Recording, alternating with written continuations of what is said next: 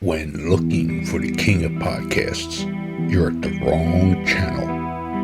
Well, excuse me! Looking for good ideas for life?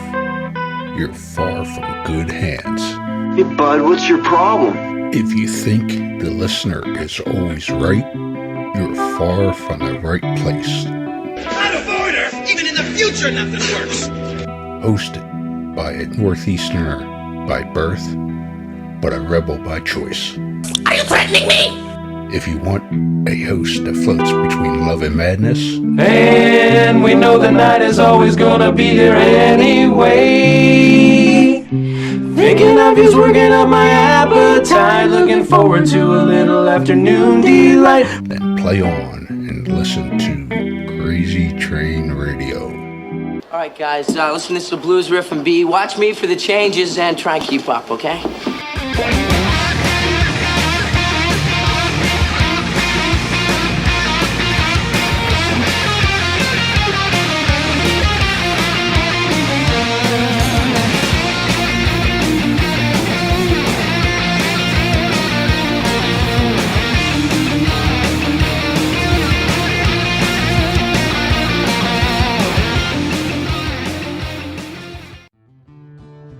Warning, creators of this game do understand the subject matter may be offensive to some, but they do honor the families and people that have been affected by these real-life tragedies that these individuals have caused.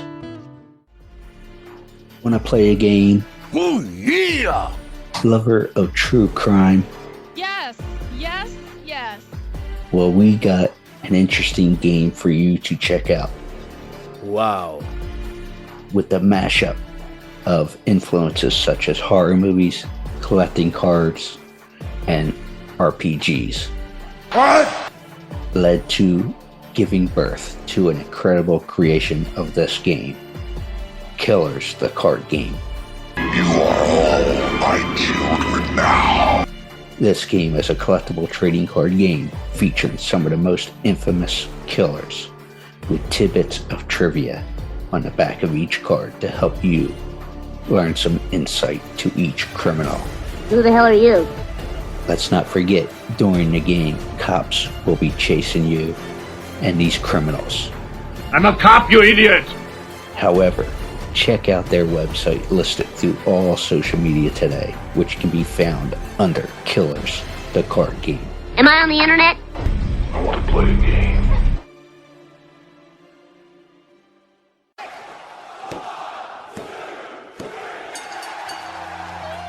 Hi, this is Joyce Paustian, AWA Pro Wrestling author. You're listening to Crazy Train Radio, home of all things pro wrestling and pop culture. Enjoy.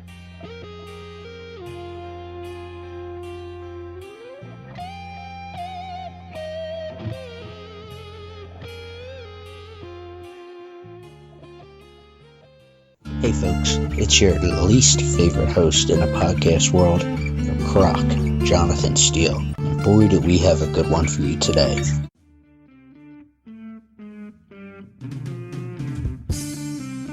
All right, everybody, we are back here. I wanted to bring a friend to the show. I wanted Jonathan to meet her. She is one of the sharpest wrestling historians, one of the few wrestling photographers we have, and she's mega as a photographer, an AWA historian because she grew up, right in the kind of one of the hearts of it. She has a brand new book out that's awesome. It really is, and for anybody that loves the AWA, actually, if you don't even love or appreciate the AWA, so many wrestlers, everybody came through there, from Gene Kiniski to the best Shans, obviously Hulk Hogan. But the book is entitled My Ringside Seat to the AWA by author Joyce Paustian, Paustian. My photos and stories from the American Wrestling Association, and Sergeant Slaughter, Bob Remus, did the forward. But this is a unique book in the way it's laid out. There's ticket stubs, how she became a fan, but she goes into detail. There's program lineup sheets. I was just telling Pampero Firpo's daughter she has to get this book because he's in it. And Joyce, when did you start work on this? Because again, you are the first, as I'm going to be writing about all over the place, female wrestling photographer to ever put out a book on this planet. Not Linda Rufa, not Kathy Dowd, not Ruth Oman, all these female wrestling photography legends. Nobody but you, and it's amazing. So tell us about how this all came about, this book came about. Yeah, I as you know, I grew up in the AWA, and I was taking pictures for my own collection primarily. I was a friend of Jim Melby, who ran the Wrestling News, and he had always said if I get any good pictures to send them his way, but I wasn't under contract or being paid or anything. And the AWA had a lot of photographers at the time, male, but I was there doing it for my own enjoyment and wanting to keep the pictures. And I did keep them in albums and everything all over the years. And then I never really did anything with them. I didn't sell my pictures. All those, I always had requests to, but I didn't feel like I should, or if wrestlers asked me for copies, I would make a copy for them, but I generally wasn't trying to make money off of it. I was just saving them for my own collection. Well, then when the pandemic hit, I kind of just started re-looking at my albums and thinking, I really should do something with these photos. A few of them had been published in magazines, but the vast majority not. And I thought people would enjoy seeing photos from a different perspective, from a fan perspective. And so I started taking them out. I got them all scanned digitally and cleaned up. And some of them had faded a little bit, but I got them all cleaned up. And then I thought, well, gee, I should do a coffee table book. Well, that would got to be too expensive. And then I thought, maybe I should do my stories about this. So I really went back and forth working on it for 2 or 3 years, trying to decide how I was going to lay it out. And then I stopped for several times and got back started. And then finally, my husband just said, "You need to do something with these photos. They're too good to just sit in an album." And so I wrote the stories and then put the thing out there. Talked to, as you mentioned, Sergeant Slaughter, and said, would you be willing to write, a foreword for it?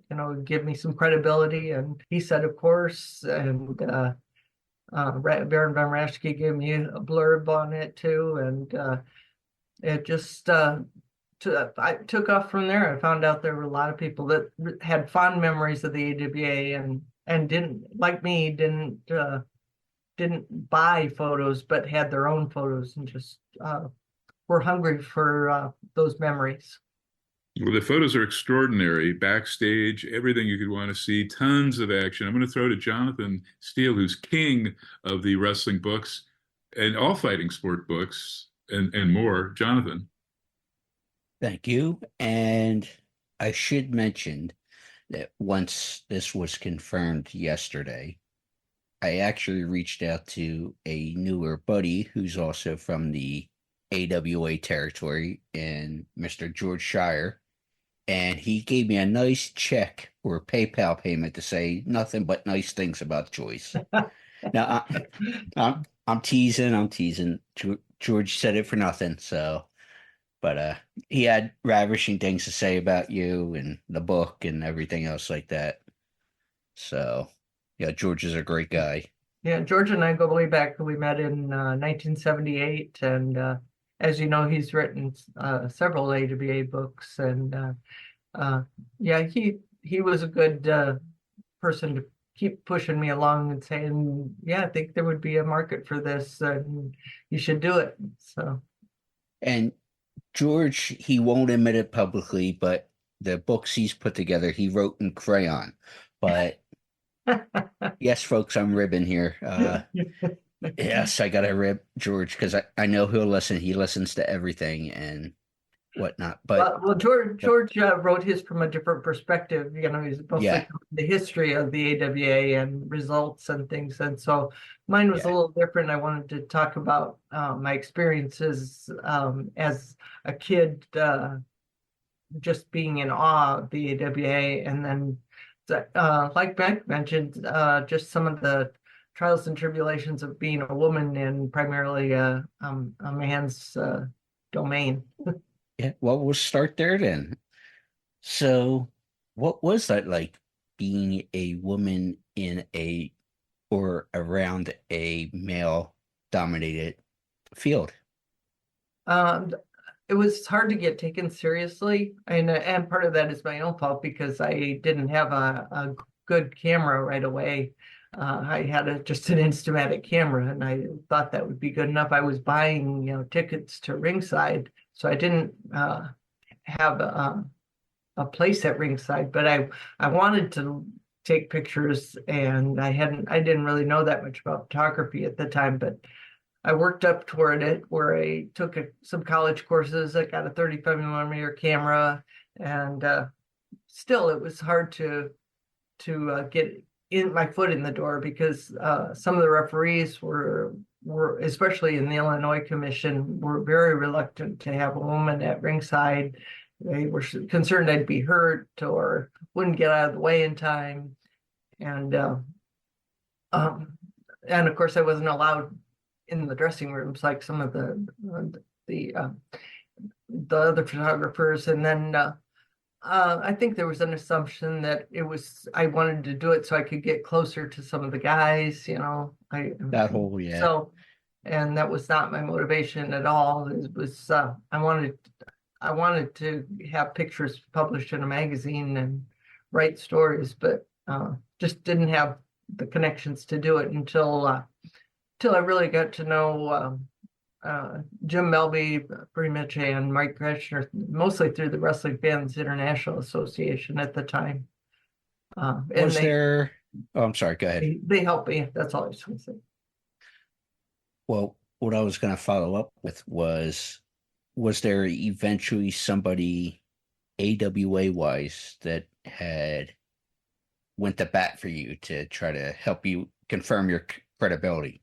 Not so much in the AWA themselves, although I became good friends with Nick Bachwinkle, and he was there's a good story there I've heard, but very supportive. But mostly it was Norm Keitzer and Jim Melby and George Shire through the Wrestling News guys who helped me because I wasn't looking to make money off the photos, but so many of the AWA promoters were afraid that the people that taking pictures would try to sell the photos on their own, and they had this thing of nobody's going to make money off of photos except us, and so they didn't want people taking pictures that weren't good, that you didn't have a contract with a magazine to use. So, well, this is your wheelhouse. So, do you got something you want to throw in? Oh yeah. I'm thinking like Bruce Krietzman. I worked, and Norm and Jim had me use different names, which it was the creation of George Napolitano. Like I used my grandfather's name, and others. George Napolitano, way before me, said, because I'm working for all these different magazines, including Starlog Press. So you didn't want like your name everywhere on all this text and all the photos. So sometimes he used his dog's name, Pupo, Pupo, Napolitano, or other times his wife's maiden name, Jacqueline Cortano, etc. But Mike Gratch, so I'm thinking because we had some powerful, legendary women in the WFIA, which Jim Melby and George Shire, Tom Burke, who's like the guru of historians left, and Dave Bersinski, who was shooting Ringside for the Sheik in Detroit, but also writing the program, started. And Georgianne Macropolis, who was like the queen of the wrestling newsletters and fan clubs, she had the Buddy Rogers fan club in the 50s, Bruno's fan club, etc., later on in the 60s, and Marilee Needsel, who ran the Valiant Brothers fan club. But were you active? I haven't gotten that far in the book yet, with fan clubs, which was kind of our lifeline. We didn't have sheets or newsletters, but we had clubs. Yeah. And I was on the board, but a little bit later on, once Don Wilson left as president, starting in '74, the WFIA, when Mike Gratschner took over. Mm-hmm. And I stayed at Mike's house quite a few times in Illinois. And, So tell us a little about that. Were you active in fan clubs or having? Mostly just Nick Bockwinkel's. And he was my number one favorite at the time. And I had taken a really good shot of Nick with the belt after he'd won it, and showed it to Mike Ratchner, and he encouraged me to enter it. He said, you should enter that in the WFIA contest, fan photo contest. He said that would have a good chance of winning, and I submitted it, and it did win, and I showed it to Nick, and he immediately wanted a copy of it. And actually, that's how I met George Shire too, because he saw it in a magazine, and he said, "Oh, yeah, well," he's always been a big Bockwinkel fan as well, and he wanted a copy of it. So that kind of got me started, and then that's when Jim Melby told me, if you get other good photos, send them in, and we'll use them, and you'll get credit for them. So I did, but I also wanted to keep my photos, so I make copies, and then by that time, usually Jim would say, "Well, we already have enough pictures of that particular match or that particular feud, so didn't get yours used," or something like that. Yeah, once in a while, I'd get them in, but then mostly it was because Mike became promoter in Peoria, Illinois, and he needed publicity shots for the matches, the ads, and the posters that he was doing. So I became the number one photographer for that, at least. And that was both the AWA and WWA at the time. So.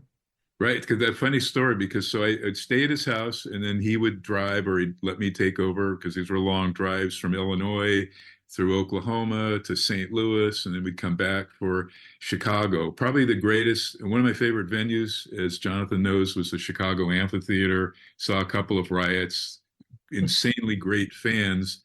But when Bruiser and Crusher beat Nick and Ray for the tag titles, I think it was 77, and the place just went ballistic. But Mike Gratchner was then transitioned from photographer, and he loved promoting for Vern, but then he called it demotion to promoting for Dick the Bruiser's WWA in the same city, and he didn't enjoy it as much. So I wanted to ask, are you still in touch with him? Because he was going to try to make my St. Louis Sam Muchnick Weekend for the Boys convention in 1991, but was not in good health at that time. Like Larry Matisick wasn't doing good but he still came. But I was wondering, and you'd probably be the only one that's keeping in touch other than George with Mike. Yeah, he kind of stepped away from wrestling for a while. We kept in touch early in the 2000s when he was doing Windy City Wrestling as an independent partner.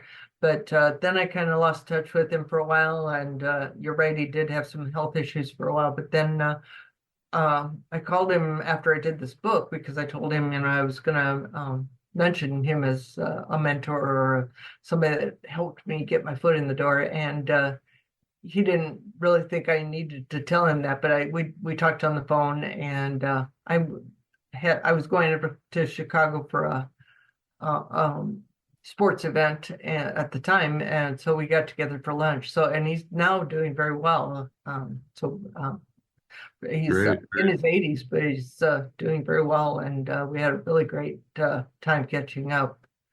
So I was able to thank him for all he had done, and he remembered he hasn't really been in touch with any of the guys. He was very close to both Greg Gagne and Jim Brunzell, and every time I'd see the two of them, they'd ask me, "Do you ever talk to Mike?" And I'd have to say, "No, I kind of lost touch." And so now I'm waiting. When I see them in May, I'm going to tell them, "Yes, I talked to Mike." I'm going to throw back to Jonathan, but I remember at the time, mid-70s, Mike Ratchner was like, even though he was a professional photographer, he was Jim Brunzell's number one fan. You know this, and he was doing all this stuff, and then he got tickets to Brunzell's a couple of years later to his favorite musician of all time, Bruce Springsteen. And so when Brunzell and Gagne and Blair were all together at Cauliflower Alley, I kept, just a couple of years ago, or when they started, Jim came a couple of years in a row. I asked him if you remember all this stuff, and I go, "What about your biggest mark, Mike Ratchner?"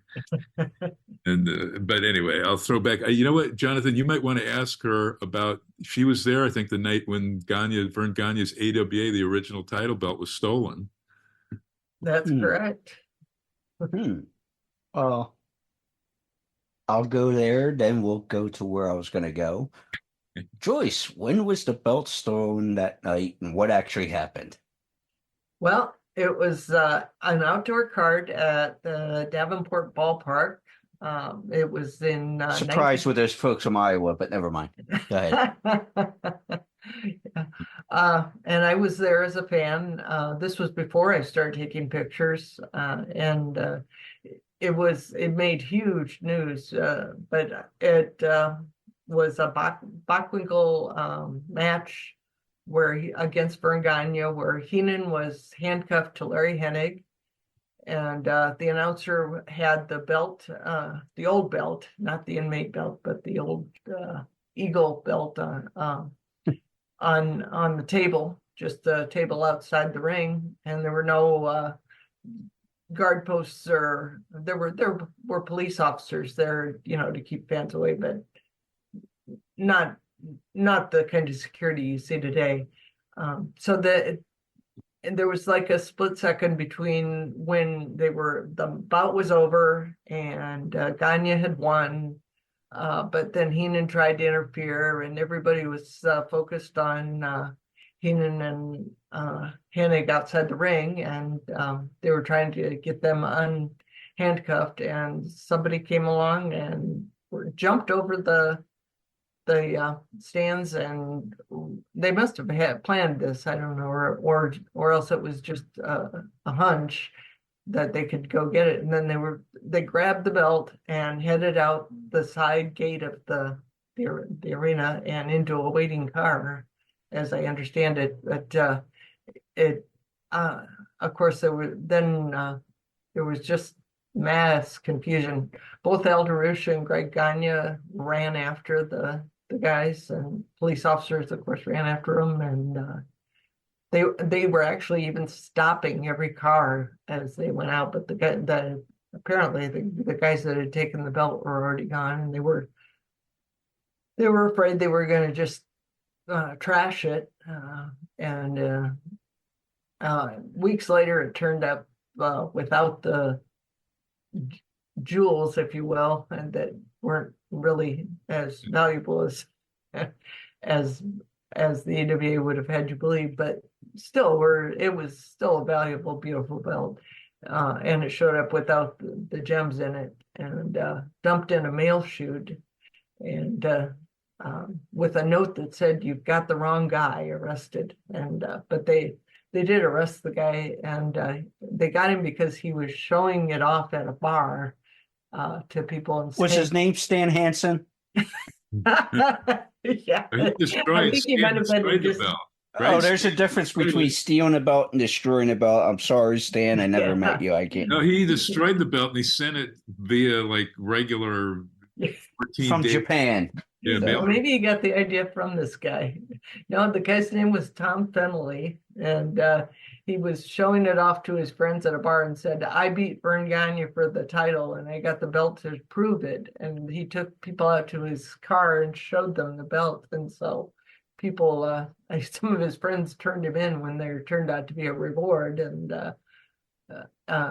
then he was arrested, but they never could really. He got sentenced to 5 years in jail for larceny over $20, believe it or not, because they couldn't prove that it was worth more than $10,000 without the and it's all in Joyce's book too, Jonathan. Yeah, it was a big deal for a long time, and headlines in our paper. All the magazines. At the time. Yeah.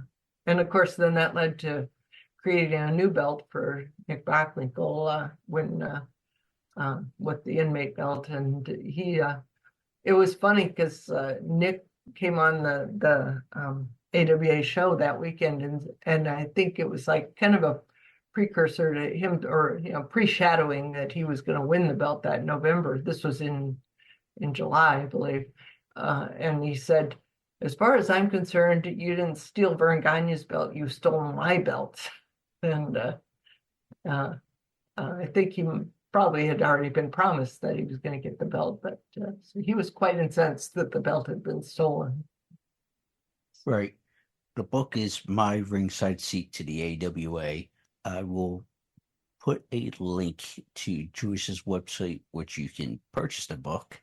But the book has over 500 photos, many never seen before, over 300 pages, up close personal view of wrestling during the territory days of the 70s and early 80s of the Midwest, which was AWA's hotbed, obviously. They did Vegas, they did Minneapolis, Winnipeg, Chicago, that whole region. But you mentioned Nick as being one of your favorite talent. And I heard a story recently, Joyce, of you talking about first connecting with Nick. I think it was getting an autograph and stuff like that. And you felt like it took time to win him over. You mind telling that story? No, not at all. It's interesting to me that, fans nowadays, or for a while at least in the 2000s, were coming up and saying, "Oh, what a great, nice guy Nick is. He's so approachable, so easy to talk to at CAC," because the only way they knew him was from CAC, and he was the president, and he was approachable then. But I would kind of laugh to myself because I think, like, some of the fans of my era in the 70s. If you only knew. I said, no, he was not a nice guy or approachable back then, unless you were on the very inside. And that was a very few people at that time, because it was the era of kayfabe. And he was, this ultimate nasty guy, and he was not going to be nice. He had to be aloof and rude, and he used all these big words, and I'll make you think that I'm being nice to you, but I'm really not.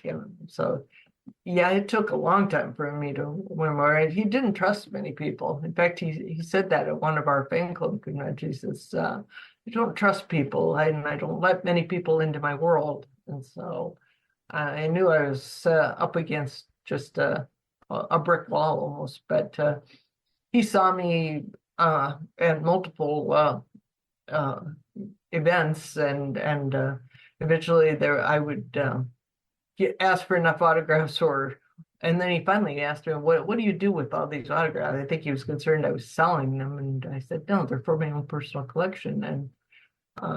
And I think he was concerned that I was going to get in with the wrong crowd or something, and so he kind of made it his own individual effort to keep me away from certain people. Like you don't want to be around that guy. Stick with this one. You better be careful of this guy, type thing. So I respected that, but I still wanted to know more about him, and it was through the fan club that I learned almost everything about him. And Nick and George probably has told you the same story about how he would see some of the things we do, and he'd just say, "Oh, you guys are sick." He says, "I don't give you any encouragement at all, and you still keep following me around. I don't know why. I just wish you'd go find another life, But secretly he loved it, and he would. I think he would have missed it if we had been going around. So finally, there were times when he's toward the end of his career, he started softening up or being more open about things, and he and then he would write me autographs later on that to a longtime fan, or to a person who I was never nice to, but still kept coming back, so but the first time I asked him for an autograph, he told me I had a Blackwinkle t-shirt on, and I said, could I have your autograph? And he said, yes, you seem to be hardworking enough to deserve it. But then it was clear that he didn't want me to stick around. It was like, now scram, kid, kind of thing. And he didn't. I didn't know that I wasn't really supposed to approach him when our other fans could see that he was signing an autograph. I had to learn that he would be happy to sign the autograph later if people didn't see it, but he would come out to watch the matches because he was instrumental in a lot of the youngsters' careers, but he didn't want to be seen as signing autographs. So he would sign the autograph and try to get rid of me as quickly as he could. That was not the right way to approach it. Well, speaking of collectibles, and before I go there, and it's funny that his name was mentioned a few minutes ago in Bobby Heenan, and obviously his time with the AWA, with Blackjack Lanza and Nick and others, was legendary before his WWE run. And the reason I say it's funny that his name came up, which it's not a surprise with the AWA when you talk that history, but I actually heard from, and will be news to Mike as well, I actually heard from Bobby's daughter last night. And she will be here at some point. We're going to talk and figure that out, but I had a chance to talk to his daughter, which was cool for me. And there was an actual skit she was telling me about briefly when we chatted. WWF days when they were at the Busch Gardens for a wrestling challenge or primetime. It was for primetime. Gorilla and Bobby. And the famous thing at the end of the show where a girl steps on the foot, looks like she's assaulting Bobby. You're a weasel, but boom, hits him. That was her. Yeah. And they told her to work it, but she let them have it anyway because that's the type of relationship they had. But yeah, I saw an interview she did, and she was fabulous and adored her dad, of course, as we all did. And I remember Bobby showing me way back when she was very young, showing me pictures of her, and he told me that she was. And she was a very cute kid, but he told me she had been asked to have her picture on a cereal box at the time. She was so cute. And, she's only like 3 years old. But yeah, she's great kid. And he was so proud of her. Bobby's widow, Cindy, was a great lady. She took such tender, great care of him all those years. He was suffering from the throat cancer and all of that stuff. Yeah. And she just... Yeah, and she was the only one that could understand him toward the last few years, and it was amazing how she could translate what he was saying. But it was kind of like they just had the one brain. So when you're together that long, you're gonna have that. But very nice lady. What kind of memories do you have AWA wise of Bobby back in the day?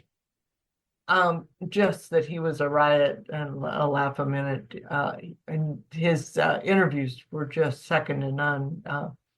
That was the great thing about the AWA back then, was they would tape separate interviews for every city, and they'd spend like almost all day on Saturday in Minneapolis taping interviews, and he would make references to the individual cities and the ballparks, and he would get people on the screen laughing so hard just by all the different skits that he would do, or just references that he made.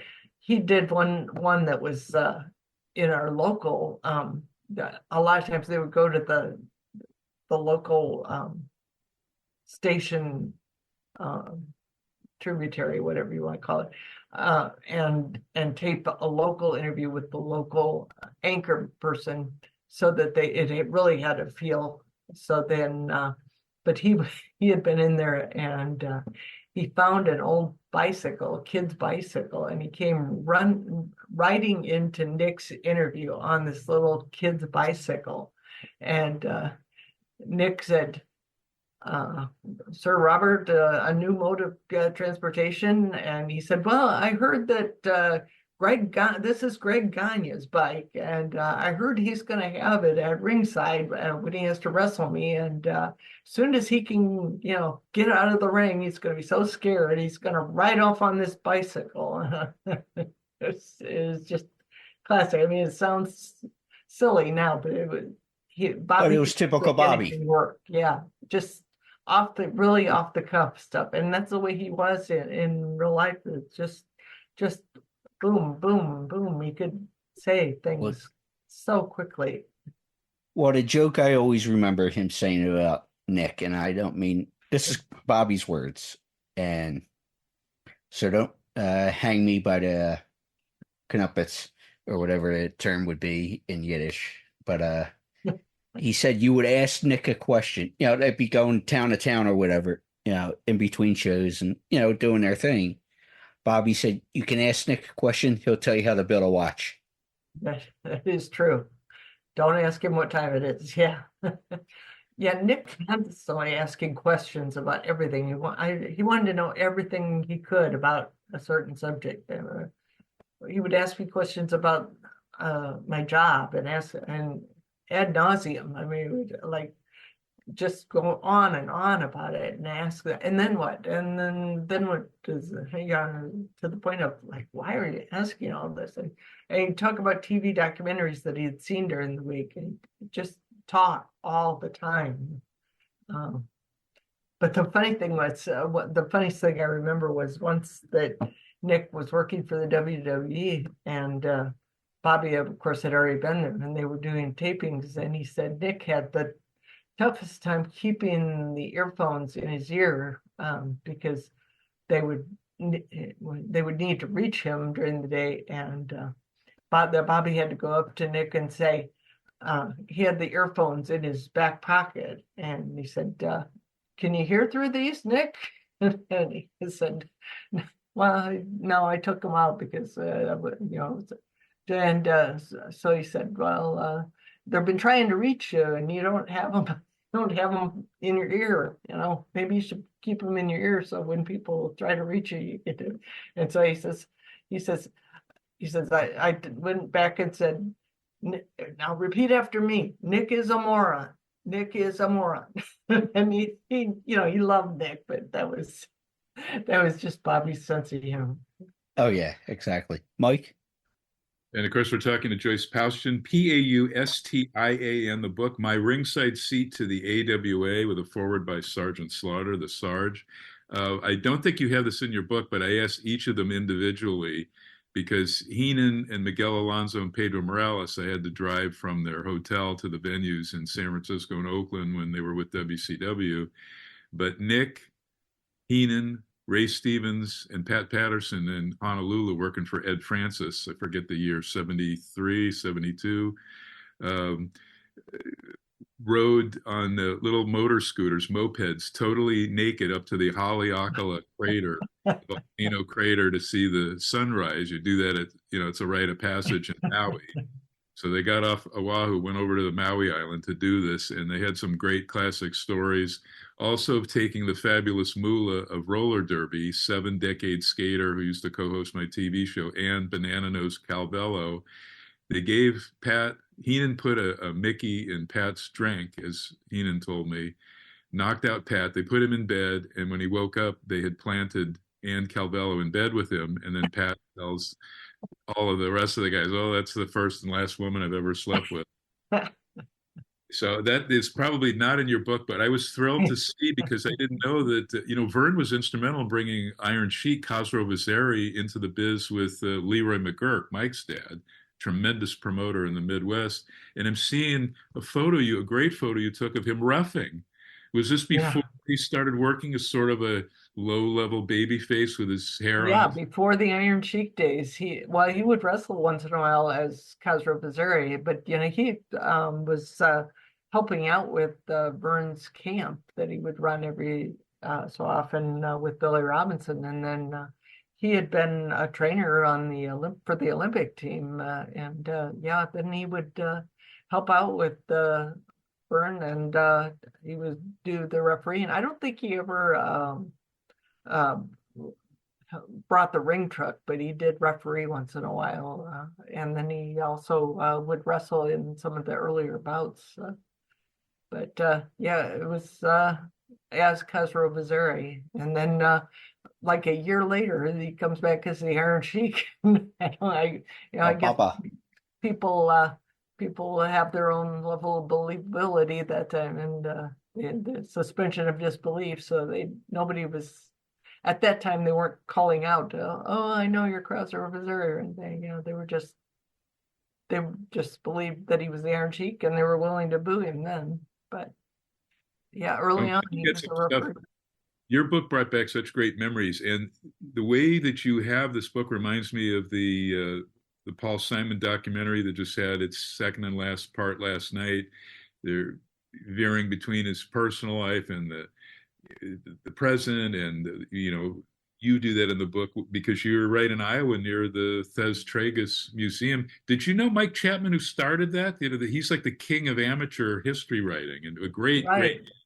I didn't at the time, but Carl Lauer was the guy that eventually told me about the museum. I didn't know anything about it being built because I didn't really follow amateur wrestling at the time. I, of course, knew who Dan Gable was, but as everybody in Iowa did, but didn't really follow any of the rest. And I had heard of Mike Chapman, but hadn't met him before that. And then I heard they were doing a joint Cauliflower Alley Hall of Fame event in '99 in Iowa to help launch the museum. And I couldn't wait because there just was a very, very limited amount of wrestling history or anything in the museum. I knew they were doing something in New York and had done things in California, but this was going to be right near where I could drive to. So I was very excited about that and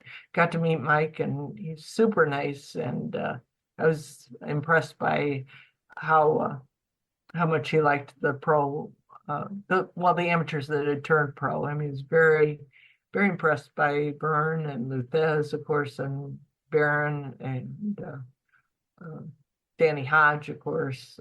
But so many amateurs that eventually became really famous pros as well. So yeah, I loved the early days of that museum, and it really outgrew its original home there, and they needed to either build on or go somewhere else with it. And then it kind of became too much of in my opinion, too much of an amateur oriented museum. But that's just the nature of having the Dan Gable name on it. And every year the pro wing is a little smaller. Because it was when I went to that Cauliflower Alley, we instead of doing Vegas, we went there. We moved from our home for 20, 30 years in Los Angeles to Vegas. We did that one. And I'm looking at a photo, as you said that about Dan Gable. I go, wow, she's got a great photo right in her new book of Vern Gagne, Dan Gable in the middle, and Lou Thez at that Hall of Fame. So when I was at that, there was a lot more pro. It was maybe a third pro, 2/3 amateur, but it sounds like it's less now. Yeah, and part of it is that they have moved away from the actual physical artifacts more into a digital world. There just hasn't been. Now they've got so many people inducted in the Hall of Fame that there's not room for all the plaques. So they kind of have you push this button and then you can learn about this pro. And for a while they were having some of the pros donate something from their history and they have it on display. But then they kind of took away some of the older stuff, and because they ran out of room, and then they would only have certain stuff out at each time. And I know they have to do what works for them with their funding, but if it were up to me and I had a museum, I'd want all the pro stuff out all the time. But that's just me. Well, you have tons of other stuff in here. I'll throw back to Jonathan. You've got Piper, great shot of him with Sergeant Slaughter from, they were Mid-Atlantic brothers. And the great Reggie Parks, who we miss terribly. You and I last saw him in 2019 at that CAC. But this book is tremendous. It isn't just photos, but there's tons and tons of text and history and programs and rare lineup sheets. As I said, I think before we started, Pampero Firpo's remaining daughter of his two kids, who I'm real close with, and Jonathan, we've had her on the show, but she's going to want to see, some of the programs you have with him on there when he was battling. This was before he returned in '75 to the AWA, but in '68 he was feuding with the Crusher as a heel. Right, yeah. He's going to be thrilled to see. Yeah, I still like to collect that stuff, even though I didn't start watching until '69, but I love hearing about the early days of some of the guys that later on I got to know. And I wish I would have been taking photos at that time, but I was only able to watch it on TV at that time as an 11-year-old. But I loved the '75 feud against Rashke with Battle of the Clawholds, and I know it was toward the end of his AWA run at that time, but and it was really great to see him again at the CACs in probably 2000. Yeah, it was 2000, the big one. I set up the tables so each represented a territory. We had a ton of guys from the Detroit territory and then Ontario with Johnny Powers and stuff. But very briefly, I want to throw to Jonathan and not talk too long.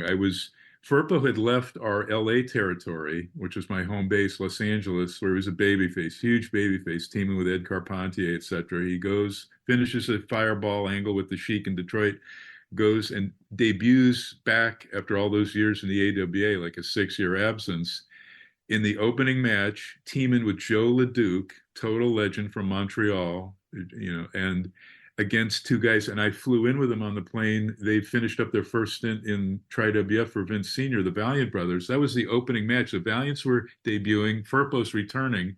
Opening match, Valiants against Firp and Joe LeDuc. On top this was in Champaign, Illinois, Nick Bockel against Billy Robinson, 5-star easy match. It's just an incredible card for a house show, regular house show, but it was packed to the gills. Standing room only. Hanging from the rafters. It was a really amazing card. And Von Raschke had a weird heel match with Ox Baker. It was just very weird. Fans didn't know who to cheer for, but I was marking out, taking pictures. You just didn't get to see this. So it was loaded. And Bo Belinsky, the first time seeing Bo Belinsky. Jonathan, let me throw back. I'm curious to know, because it's been, speaking of museums and everything else like that, from what I understand, and everything on the interweb is true, is it true that, Joyce, you are a collector of a lot of wrestling memorabilia? That is true. My husband is an extremely understanding individual about hobbies, and so he's automatically earned his angel wings then. Yes, he has. He absolutely has. So in the lower level of our house, I have basically an AWA collectibles museum that posters. There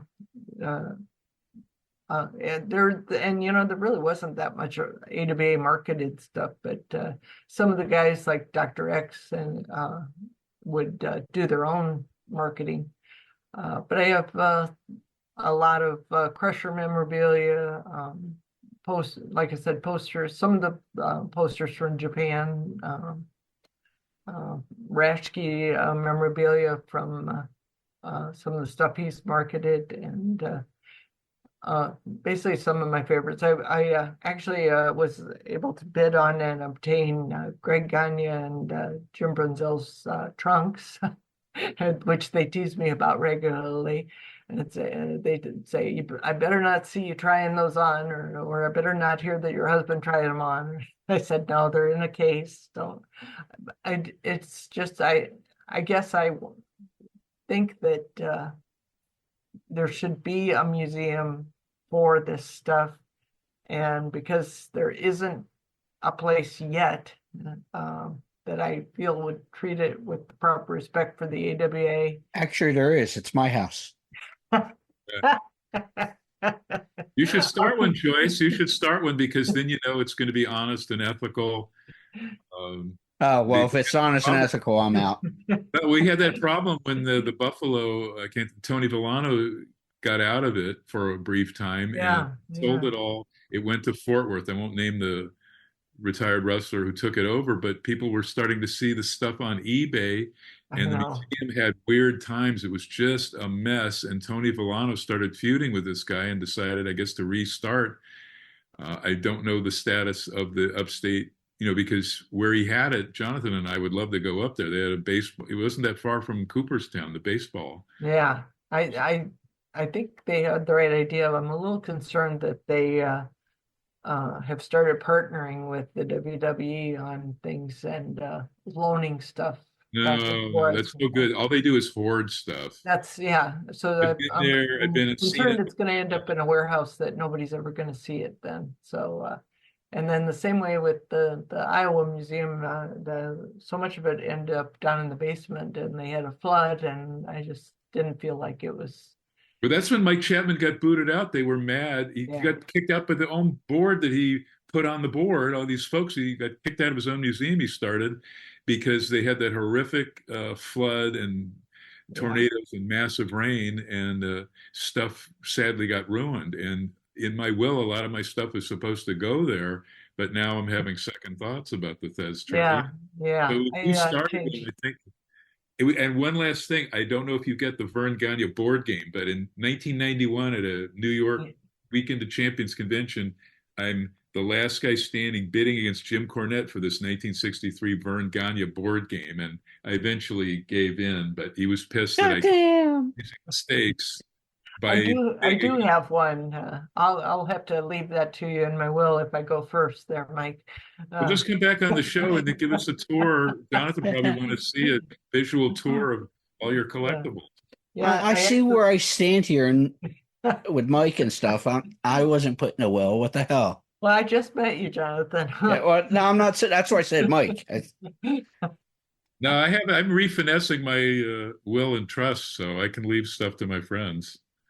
But I also have a unopened can of Dynapower from Vern Gagne, if you can believe that.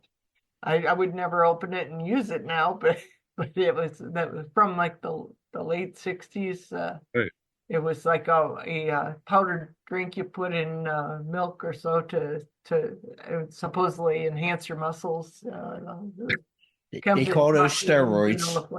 It's like it was like powdered Seago. Remember Seago? Yes. Back in the 60s, 70s for dieting.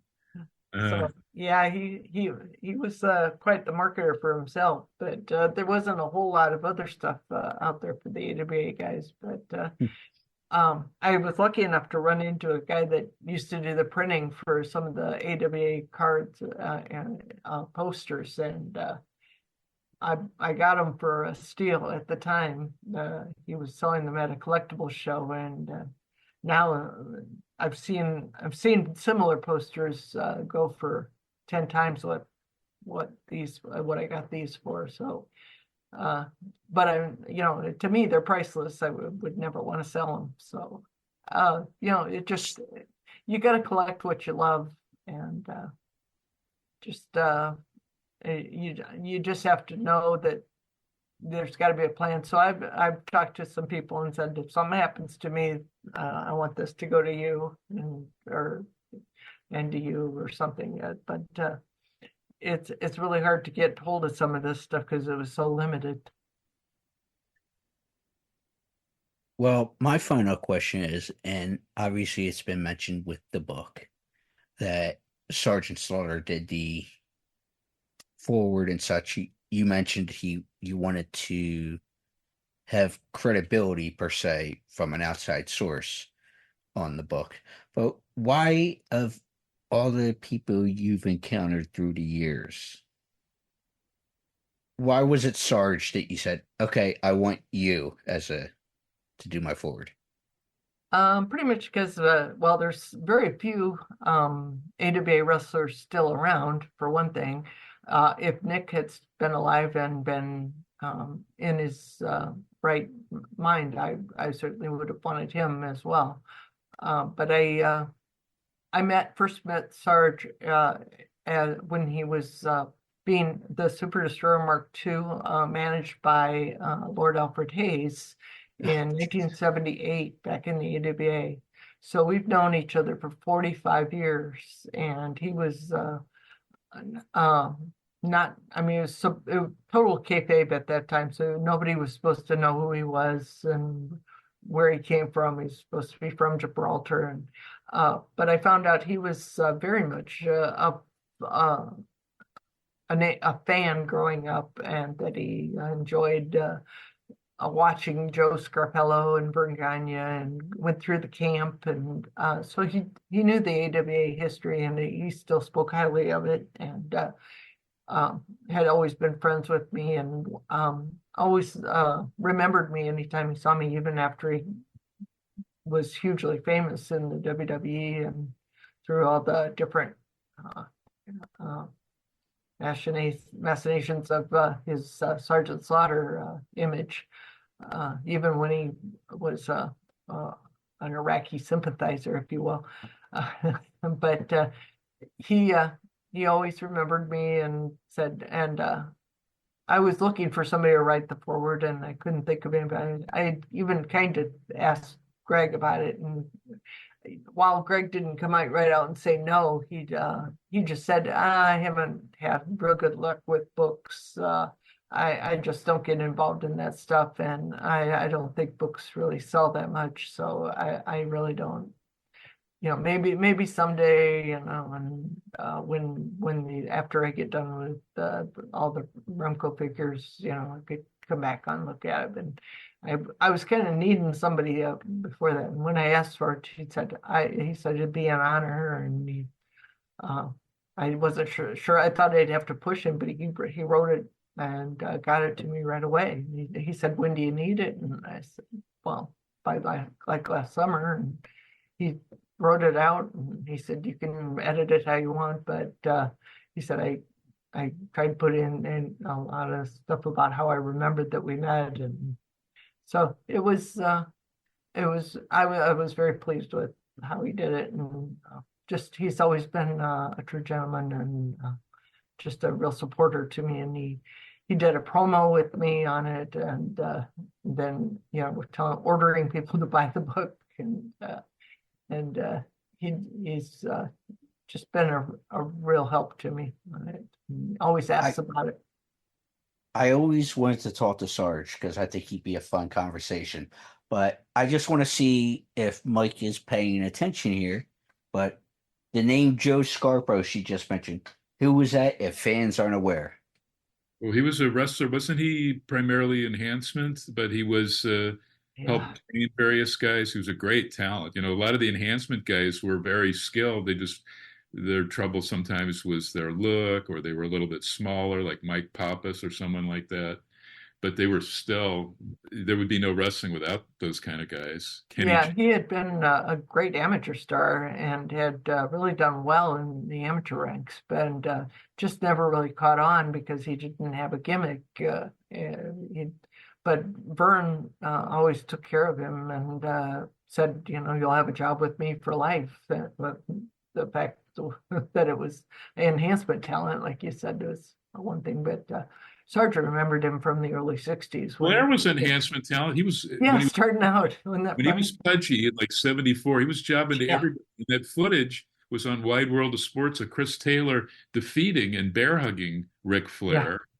So you can, you never know where somebody's gonna take off.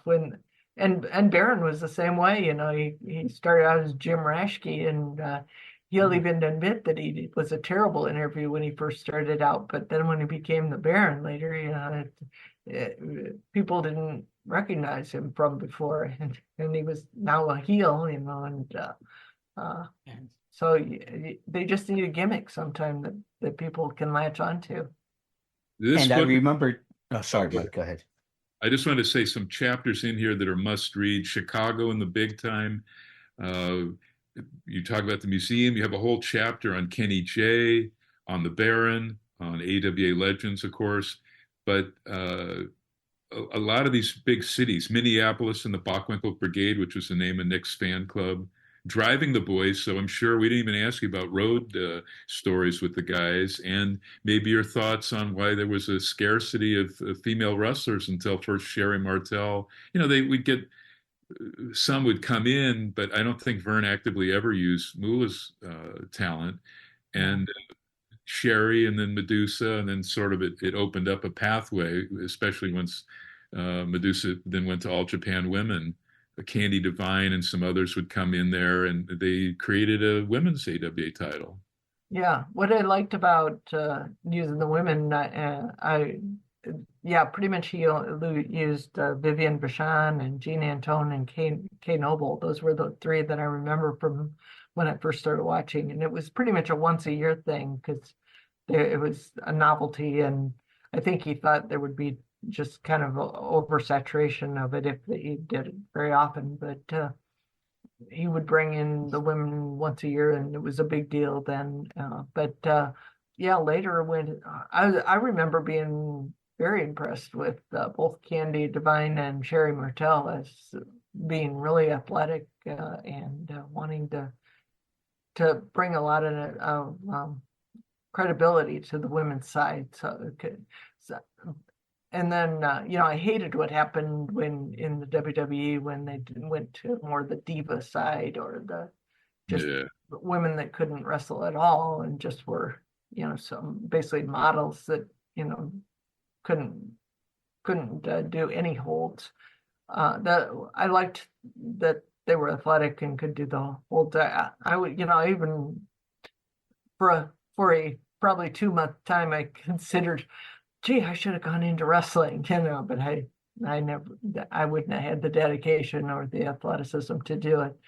And I needed a real job so I couldn't take a chance on getting hurt. But I have great admiration for the women of that time and the amount of risk that they took and the hurdles that they had to go through to make a living, especially people like Marie Laverne and Beverly Shade and Debbie Combs to some degree, and a lot of the Moolah's stable. They really worked hard to get booked and to have credibility, and I don't think a lot of the guys at the time really appreciated them as athletes. I think it was really hard for them to get accepted into that profession. Remember the AWA's own Steve Olsenowski working as Steve O for Ole Anderson, who made his name as Rock Rogowski in the AWA. But Steve had the first, I think, or at least well-known national match against the female. And he's an AWA guy because, Vern always stressed he really liked people from the amateurs and true athletic guys like a Dale Lewis, amateur greats and greats in other sports. But I just want to say, everybody, this belongs in your collection. It's a fascinating read. I'm just partially through it. I can't put it down. My Ringside Seat to the AWA by Joyce Paustian. Joyce, let's have you plug your social media and where you want to send people to get the book. Your website, of course. Yeah, I decided to have it just do this independently, so I sell it at some of the various fan events at a table, but I also send it out by mail. JoycePaustian.com, JoycePaustian.com. You can read all about the book on there. It's a very easy website to navigate. and you can order it right through there. Accept PayPal through there, and I have quick turnaround time and very safely mailed, and you'll have it within a week usually. And it's I've even sold a couple of them internationally. I've sent a couple to England and to Canada, a little more postage that way, but I haven't had any dissatisfied customers yet. So I know it's on first class paper too. The photos are outstanding. I mean, I'm looking at Von Raschke putting the claw on Dick the Bruiser. Fantastic shot you took, and you show series. There's Andre, photos of Andre, Saito, and Ken Patera. I can't get enough of Billy Robinson, obviously, and just Got his ass kicked by Sarge, but that's a whole other story. yeah. Ivan Koloff, or there's Vachon's all over the place. Rene Goulet, who was a mainstay there way before he got to the WWF or Tri-WF. Yeah, we were very lucky in the AWA is in that almost every major star came through there at one time or another in the 70s and 80s. You know, people that didn't see the AWA until the tail end in the mid 80s really don't know how lucky we were, that it was a major league at the time. Maybe not to the level that the NWA was or the WWF was at the time, but certainly the talent was top notch, and we had the benefit of seeing some of the greats at the beginning of their career, and almost every star that Vern put through his camp later became a major star. And so I think almost everybody had good things to say about it. Even Bobby Heenan had great things to say about his time in the AWA. So I feel very blessed that I was able to be around and photograph during that time, even if I didn't start as young as I would have liked to, but and then just making the connections again through the Cauliflower Alley and photographing with you, some of the legends. It was great to see those legends again and to see them get some awards and see the fans remember them and see them get the accolades they deserved.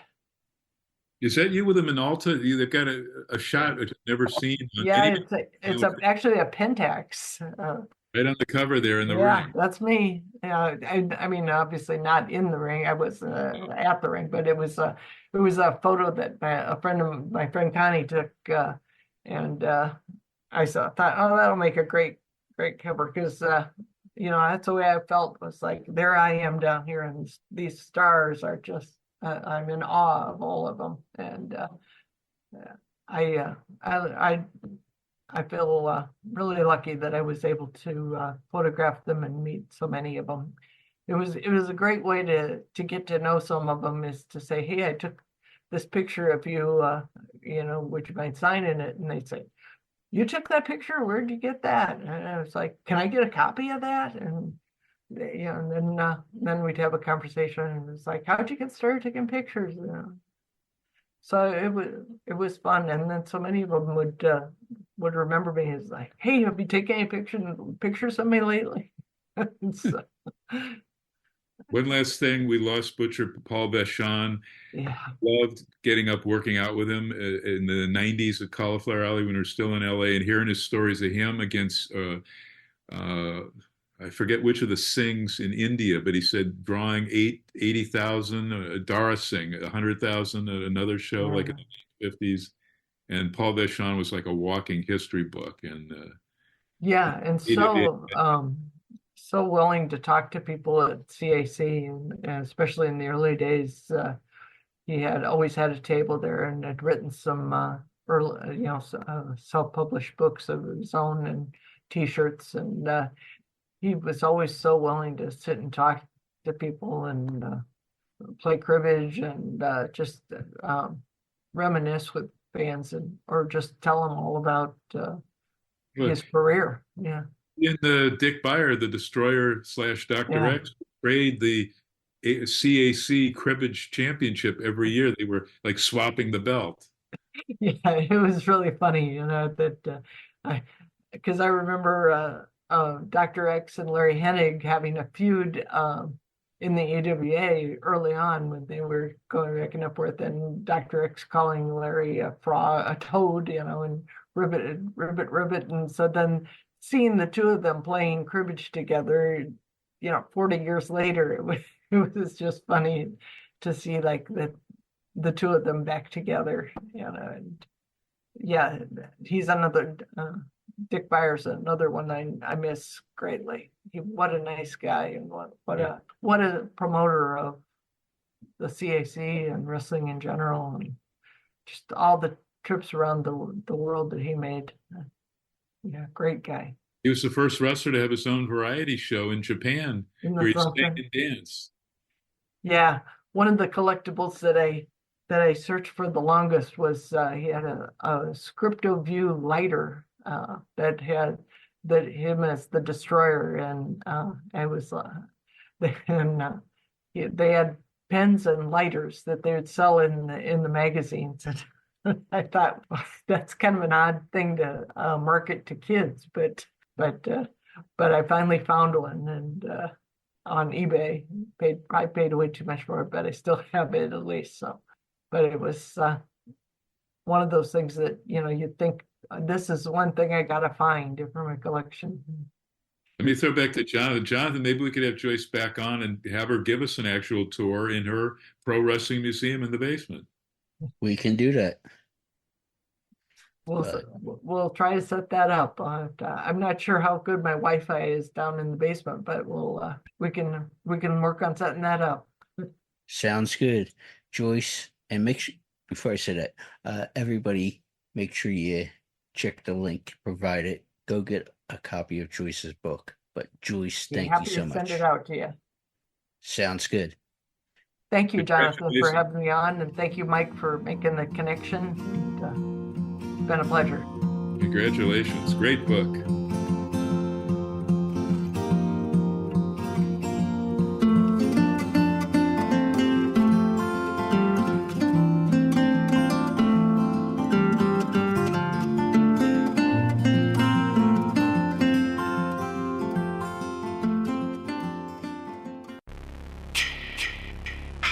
Hey there, Friday fans. We know how much you enjoy the movies. Enjoy grabbing your Friday merchandise and interacting with the Friday family, whether it be at conventions or during our particular watch-alongs. Well, when you're looking to get yourself masks, why not check out our friends over at Camp Blood Customs out of New York State and order your specific custom mask from any of the films. All orders are made specifically. Your needs and wants are. Make sure you find Camp Blood Customs on Facebook, Instagram, and all over social media and order yours today.